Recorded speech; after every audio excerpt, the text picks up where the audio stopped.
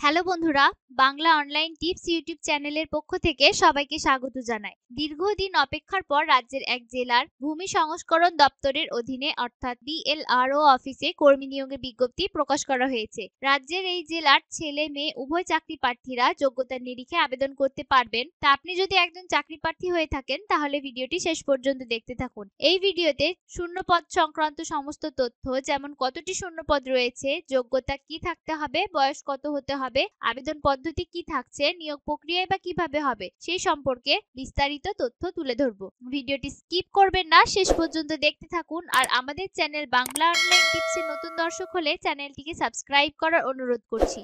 তো আসুন মূল ভিডিওতে আসা যাক। এই হচ্ছে সে অফিসিয়াল নোটিশটি, যেটি সিউড়ি বীরভূম থেকে পাবলিশ করা হয়েছে। তো কি রয়েছে এই নোটিশের মধ্যে আমরা আলোচনা করে নেব। তো পদের নাম এখানে ডাটা এন্ট্রি অপারেটর, এই পদের জন্য কিন্তু আবেদন চাওয়া হয়েছে। তো আবেদন করতে গেলে কি কি যোগ্যতার প্রয়োজন সমস্ত কিছু আলোচনা করতে চলেছি। তো প্রথমে বলে দিচ্ছি, প্রার্থীকে অবশ্যই সেই জেলার পার্মানেন্ট রেসিডেন্ট হতে হবে, অর্থাৎ এটি যেহেতু বীরভূম জেলা বিএলআরও অফিসের তরফ থেকে পাবলিশ করা হয়েছে নোটিশটি, তাই বীরভূমের স্থায়ী বাসিন্দা হতে হবে, তবেই চাকরি প্রার্থীরা এই পদের জন্য আবেদন করতে পারবেন। যে সমস্ত চাকরি প্রার্থীরা ভূমি সংস্করণ দপ্তরে আবেদন করতে যান তাদেরকে অবশ্যই শিক্ষাগত যোগ্যতা হিসেবে যে কোনো শাখায় গ্র্যাজুয়েট পাস করতে হবে, পাশাপাশি কম্পিউটার জ্ঞান অথবা কম্পিউটার সার্টিফিকেট থাকতে হবে, মাইক্রোসফট ওয়ার্ড, এক্সেল এবং বেসিক ইন্টারনেটের ওপর যাবতীয় কাজ জানতে হবে, তবে এই পদের জন্য কিন্তু আবেদন করতে পারবেন। বয়স সীমাও এখানে উল্লেখ করে দেওয়া হয়েছে।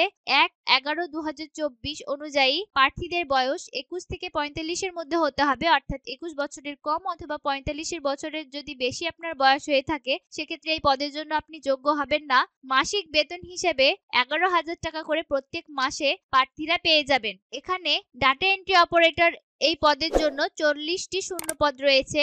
অনলাইনের মাধ্যমে আপনারা আবেদন করতে পারবেন। তো যে সমস্ত চাকরি প্রার্থীরা আবেদন করবেন তাদেরকে অনলাইনের মাধ্যমে আবেদন করতে হবে। তার সঙ্গে জরুরি কিছু ডকুমেন্টস আপনাদের সাবমিট করতে হবে, যেমন বয়সের প্রমাণপত্র বা মাধ্যমিকের অ্যাডমিট কার্ড, শিক্ষাগত যোগ্যতার সমস্ত ডকুমেন্ট, অ্যাড্রেস প্রুফ দিতে হবে, মার্কশিটের জেরক্স দিতে হবে, কাস্ট সার্টিফিকেট যদি থাকে দিতে হবে, অভিজ্ঞতা সার্টিফিকেট যদি থাকে দিতে হবে, রিসেন্ট পাসপোর্ট সাইজের ফটো দিতে হবে, অন্যান্য সমস্ত ডকুমেন্ট আপনাদের দিতে হবে। তো নিয়োগ কিভাবে করা হবে, এক্ষেত্রে কিন্তু লিখিত পরীক্ষার জন্য প্রার্থীদের 30 নম্বরের লিখিত পরীক্ষা দিতে হবে, যেখানে গণিত থেকে থাকবে 10 নম্বর, জেনারেল নলেজ থেকে থাকবে 10 নম্বর এবং কম্পিউটার নলেজ থেকে থাকবে 10 নম্বর। এরপর প্রার্থীদের 10 নম্বরের কম্পিউটার টেস্ট দিতে হবে এবং 10 নম্বরের ইন্টারভিউ দিতে হবে। তো মোট 50 নম্বরের পরীক্ষা হবে, যার মধ্যে থেকে 30 নম্বর থাকবে লিখিত পরীক্ষা, 10 নম্বরের থাকবে কম্পিউটার টেস্ট এবং 10 নম্বরের থাকবে ইন্টারভিউ। তো আবেদন শুরু